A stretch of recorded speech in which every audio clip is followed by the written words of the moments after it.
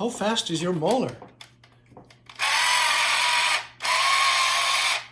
So as you know, I modify these guys a lot, but I want to show you something very unique here, which is a stock molar that I improved. I basically rebuilt the gearbox, so it's in stock condition. Stock tracks, stock bogies, and the stock motor. I think most of you guys want to do that. As you know, the C-cells back in the day were a little smaller. It's kind of a pain to put these guys on and out, but it does the trick.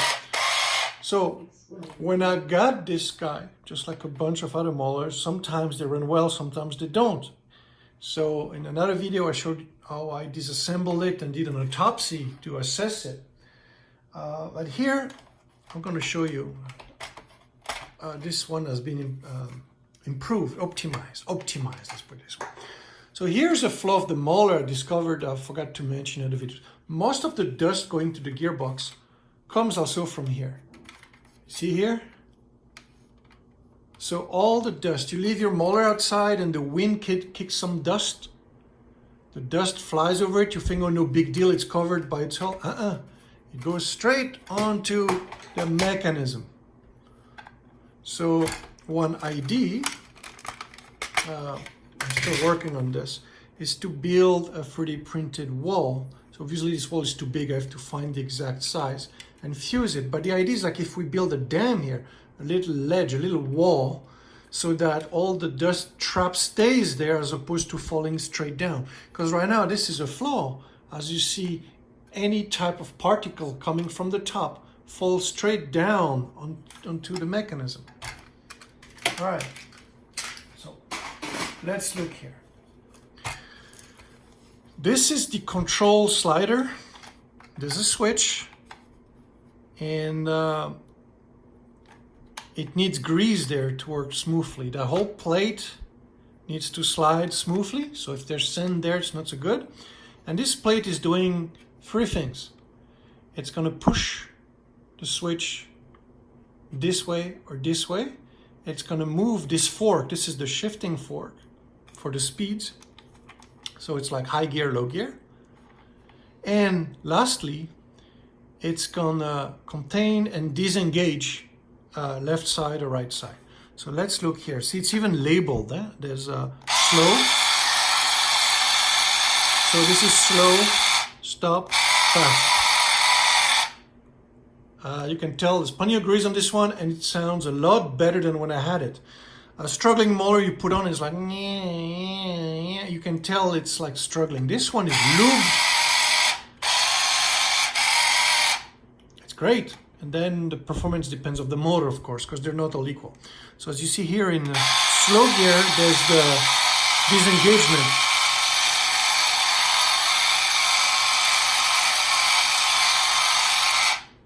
That's only possible in slow gear.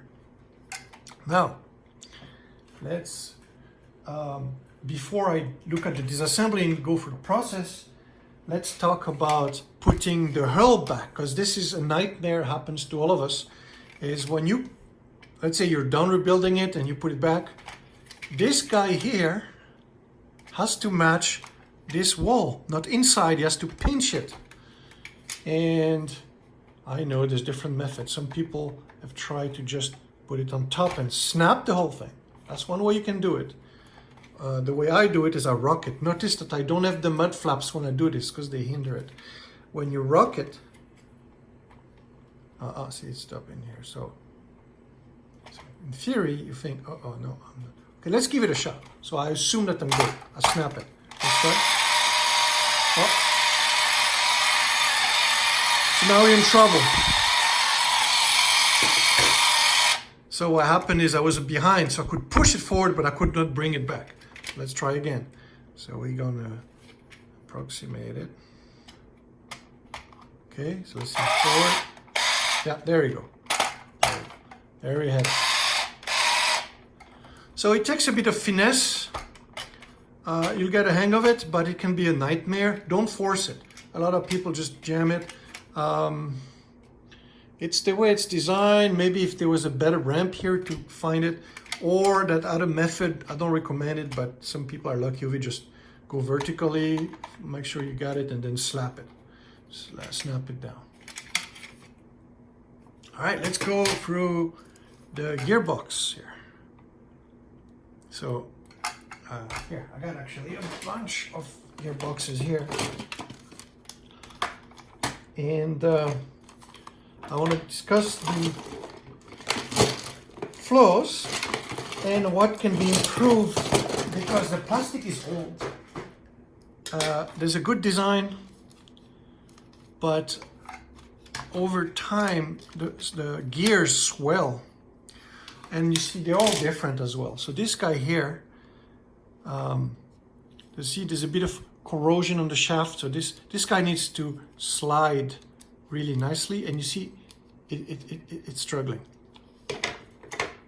So what I do, let's see, I got like a wood here, I need a X-Acto knife. It's good to take a picture before you disassemble it so you know in which way they go. So let's discuss an overview of the issues we have. We have the issue of the shifting gear going left and right on the brass. It has to be smooth.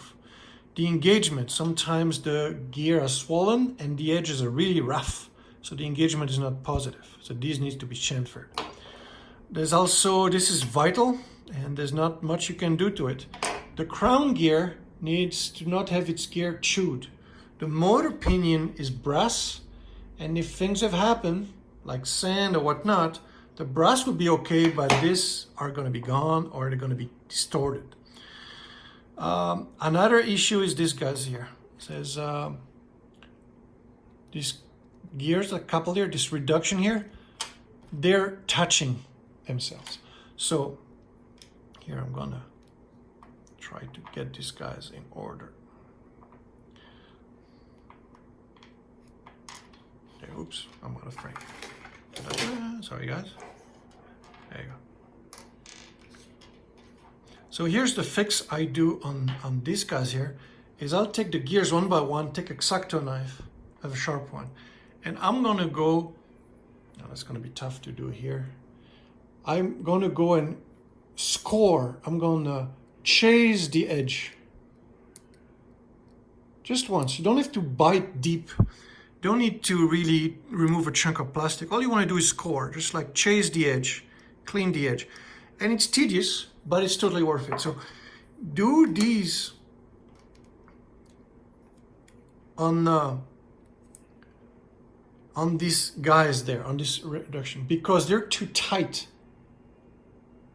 and they swell over age. So that's one very important mod. Number two, here, this is a stainless steel shaft, so it's fairly good. The brass shaft will have some oxidation, and see here, it's like it's actually, okay, there you go. So sometimes the brass has some roughness. See, you run your nail on it and it's like catching. So this you polish. Don't want to sand too much, because if you sand too much, it gets sloppy, but you polish that. And then once the gears are free, then reassemble it.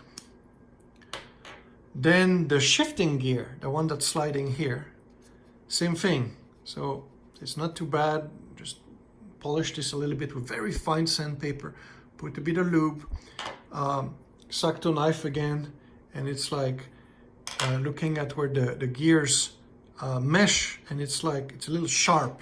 So the idea is we want to chamfer the, you know, just chase on each one. So it's tedious, go both sides, do it. Now, when it's all done, there's also a motor test. So to do the motor test, I just run, what is it, 6 volts? But try at a lower voltage. I try at 1.5 or 3 volts, straight there, and here are the motor sounds. A loud motor does not always mean power, and too quiet means something's not right. So there's bushings, bronze bushings, and now this is advanced, but let's go there. I've had some molars that were bad from the factory, that a poor kid who had a very expensive toy and the motor wasn't good. And what happened is that the motor was not installed right at the factory. There's nothing he could have done. There's nothing Hasbro could have done. So let's see. How do I check that? So this is very advanced. I'm going to do it live and hopefully I don't mess it up. Essentially, we're going to open the motor. So don't do this if you're not confident. You can replace the motors by finding stock by measuring because the motor size is fairly standard. So see here, I bend the tabs up. And now we're gonna pull the back wall straight. And careful, careful, careful. Okay, there we go. And here are the brushes. So this, let's see if we can get, there you go. So this is the health of the motor. It's normal to have a bit of grease, but you see this one, it's maybe when I pulled it off, but it's bent. So that's gonna be tricky.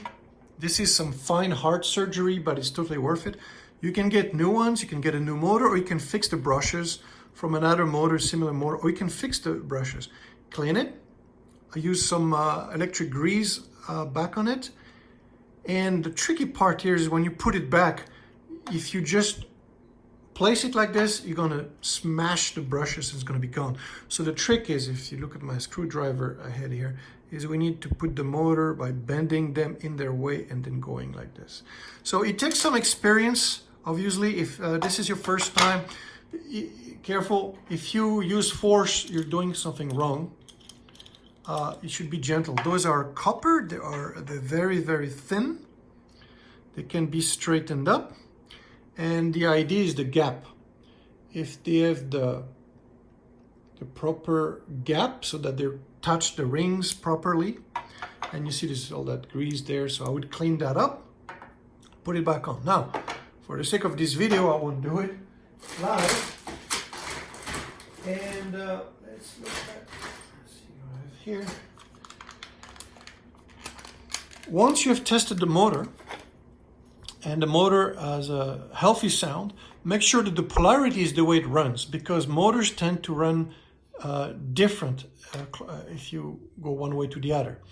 The way we look at these brushes, obviously it's like the motor should turn like this from the brush, not this way.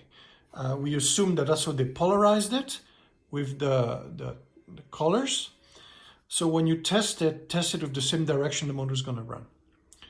The copper here is mostly grit, corrosion, oxidation, but it should be good unless it ate a lot of sand. Once you put it together, the grease, of course, it's good to put a fair amount of grease, but careful with grease, and here's why. You put too much grease, it's going to attract all kinds of nasty stuff. You don't put enough, and it's hindering it. So the trick is to put just the right amount upon assembly on the shafts. See this one? This one, for example, is like smooth. I can move it side to side. Compare that to the one I showed earlier, and it was like, it was touching. So not all gears are the same. All the gears are different from the batch. The material they use, you know, they're all a bit different. So one thing to know about the Mauler is that, let's talk about the final drive. I'm gonna show this right here. When this is going like this, there's two variants of the Mauler. There's the old style that has two screws here, and there's a newer style with, let's see if I have one. I don't have one here, sorry. The newer style has a screw here and here, here and here, and the screws are not drilled like this. They have a molded ring and support. And I'll explain to you why.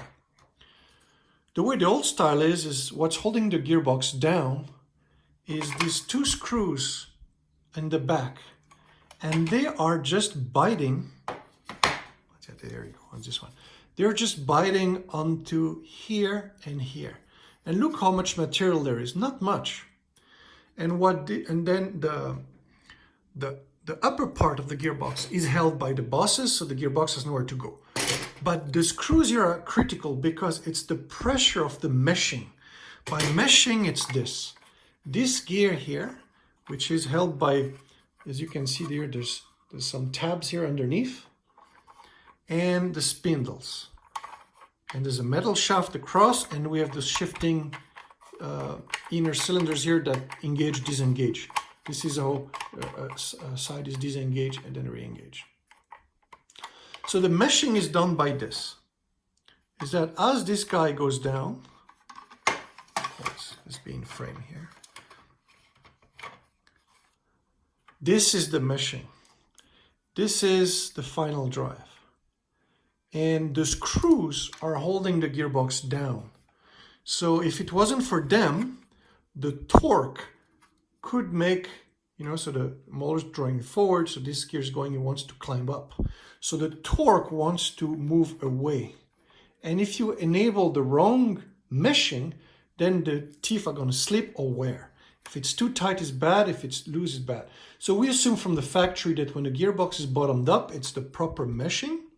And this is what the vitality, the importance of these two screws.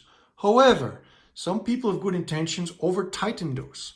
And that's a mistake because there is not much meat in here.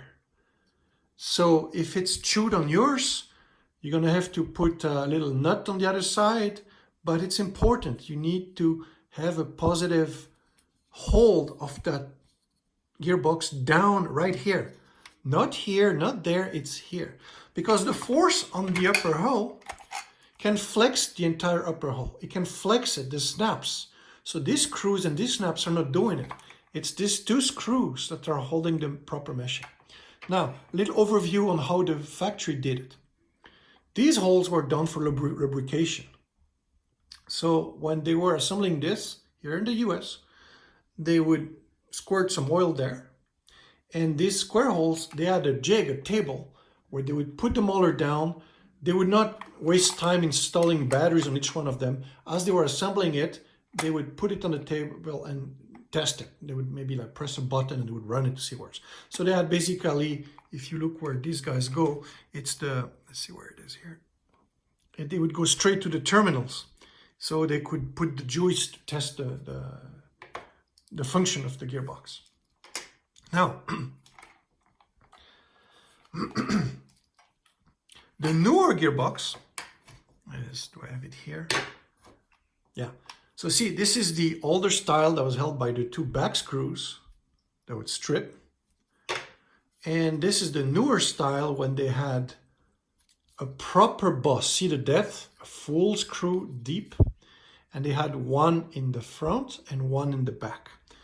The design flow of this one is you have two screws here holding the back, but the whole rear is lifting. Yeah, you're going to tell me, yeah, there's the hull here holding it.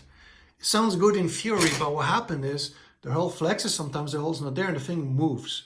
And when it rocks, it's enough to change the meshing and do weird things. So to make it more consistent, the revised Mauler, the late version, has these two screws. And these screws have proper bosses. So there's plenty of meat for the screw to go rather than the thin wall thickness that they used in the past. So depending on the gearbox you have, you know what to do. They both work equally well. It was a running change, as we call it, that was done when somebody said, hey, let's improve it. No problem, both work. It's just that be careful when you source parts on eBay. If you have a different kind, if you have a different hull, you know, the gearbox, the newer gearbox is not going to work on the old hull, and same with the parts. So you got to make sure that everything belongs to the same family of what you have. So let's assume that we lube our gears, the inside, a thin coat. We clean our gears, we shim them, you know, we chamfer the teeth so they run nicely. A good test, this is tricky because you have to hold this, right? Is remove the motor and spin to see how free of things work. Obviously, this is dry, but you want to test. This motor here has one way to go. The motor does not rotate. There's a flat spot, and the flat spot's supposed to be at the bottom. Now, when we put it back together, careful of the wires, you can, if you notice, Hasbro did not do soldering when they were doing these to keep things simple, because this was assembled in the US. The motor terminals were pressed in, so these are not soldered. You just snap on and it's like a fish hook, they go click inside. The only soldering was done on the switch, which was a single operation somewhere. Somebody was putting all the wires on the switch. But then the terminals were crimped, were pressed, fitted there, squeezing the wire. And then these guys were there, and this is how it was. Sometimes if you wire in really bad shape, you can put new wires. It's good to look at the polarity. I assume this is plus, going from plus here, negative, plus, negative, let's see, I'm missing, it goes back up here, sorry, then negative, it goes here, there you go. And then the blue wire coming back on. So then there's the cross soldering here of how it's supposed to be. It's good to, here, I'll make a close-up. It's good to look how it is. It is a short wire here underneath. And then there's the two, so it's 1, 2, and the cross wire across. If your switch is broken, you can find similar replacement measuring it. It's fairly standard. However, you will need that aluminum ring that feeds and is rubbed by this sliding plate, and that's very important. Now you see this gearbox open here, there's sand in it, so it's like it's got grit. This is glued or some heat stick, I don't know how they did it, but you cannot disassemble this without breaking it. So it's good to wash it clean with water and soap. And on mine, sometimes they are not that smooth, so I put a thin coat of oil.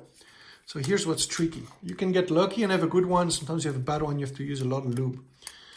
This carrier here is what's moving the shifting gear. This guy. So this gear here is working, it's more, so yeah, it's the gear's good.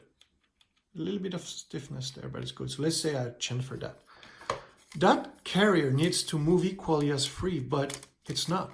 So I'm gonna have to clean it. There's some grit underneath and put some lube. Lube makes a big difference, but again, it attracts dust. So let's assume that you're gonna play inside and not play outside, or you just use the right amount of oil, just like a rifle.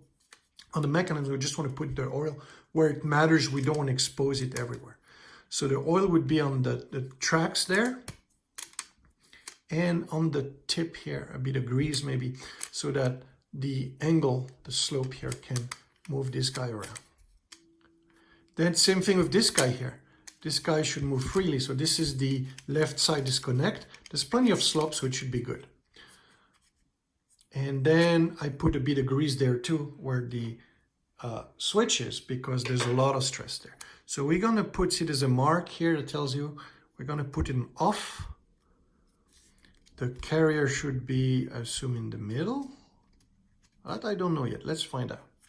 Now let's try to reassemble it. So careful of the gearbox, it's dropped on, held by these extremities inserts. So when you move it around, it tends to fall off. So make sure it's well down, make sure the wires are out of the way. And there you go. So we're gonna feed the switch. Oh yeah, the position of the gear. What position should the gear be? I assume neutral. I assume neutral. Shifter, okay, so we're gonna go feed the switch. Snap the front. And now we're gonna snap there. Okay, now, did we do a good job? We're gonna look through here. Yeah, okay, so, yeah, see, so I'm pushing the plate and helping it by wiggling it a bit, and it's doing its job. See, so the gear is fully engaged in the high speed here, and yeah, so it's doing its job. If it doesn't go all the way, you wiggle it a little bit. There you go. So it's doing its job, great. So a bit of grease here. This is in good position, a bit of grease there. So yeah, we're in business. This is straight. Now here comes the tricky part. We're gonna bring this guy in, and we're gonna have to place these guys in a position, see, neutral, so like halfway. Not all the way butted on one end, we're gonna put them halfway. And as we bring it in, same thing here, this guy's in the held middle, is we wanna engage. See, so there's something here, this guy needs to be a little forward there. So we wanna engage them equally. And then to test that, it's gonna be turning free. This one is geared, there's resistance, this one is free. Then I go to the other side. And then this one is free, and that one is geared. So you got to test that. Then you can see this one is stiff because there's no lube. And this is another place that could need some lube, is these guys here on the inside. So, you know, it's a lottery. Sometimes you can have parts that are great with little wear. Sometimes they have little wear, but the parts warped or in bad shape. So unfortunately, yeah, you have to go through the motion, do your best. You can clean it. And this is another thing too. This should run smoothly. If the toy has been in sand and mud, there's going to be grit. And if there's a lot of friction there, you're never going to achieve good performance. So typically when I buy my molars, I look for very, very, very clean spindles. So it's the surface here, both on the hull and on the spindle, this should be pristine. And unfortunately, if grit went in there, you can attempt at cleaning it. So this is something I cannot do live, but this is a little tricky, is how to pull this off. The shaft is knurled and it's press fit. So a couple of ways to do it. When I had good shoulders, I would wrap a rag onto these guys and pull. I would bring it to my chest and pull both ways. So it takes a strong grip, and again, pulling both ways. Usually put pillows on both sides, because when it lets go, your hand is going to smack the wall or smack something. Or typically I would fling the entire hull across the room. When it lets go at once. So be careful. Another method is to use a wedge, a tool here. Now be careful, the hull, you could break it, so don't put any stress on top. You really have to pull one drive sprocket from the other. The force has to be pulled perfectly linear away from themselves, and don't put any stress on the hull. And maybe put a towel on the hull so it doesn't fly or something. Now the second method is to chew, is to push the cap until the other one sticks out a bit like this. It is a bit of slop. And grab pliers. And you're going to score it, unfortunately. The idea is to grab a good grip here and wiggle it and it's loose. You can get lucky. Typically grab a good set of pliers. Don't get nasty old pliers. Get some good ones. Bite as much as you can. Don't chew multiple times. Just a single good bite. Grab it. And then work your way. You can slowly rock it back and forth and pull it out. Third method is to destroy it. You have no time for it. Take some cutting pliers, cut that thing off.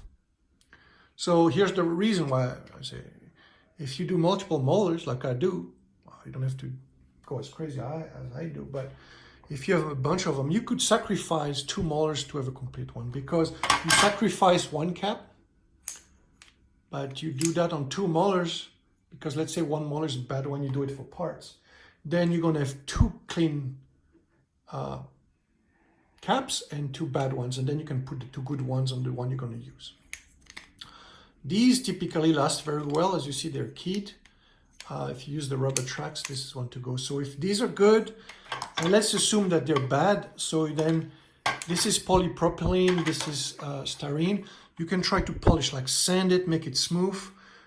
Some lube, but before you lube it, it's best to make it smooth. So careful with plastic. If you sand or polish too fast, you're gonna melt it. So, and also if you make the hole too big, it's gonna be sloppy. A bit of slop is good, too much is bad. But essentially you want to get rid of the grit. I've seen on some molars that it's not smooth anymore. It's like sandpaper and sandpaper on the inside. So it can be cleaned off and then you can reuse it. And then, again, a bit of lube.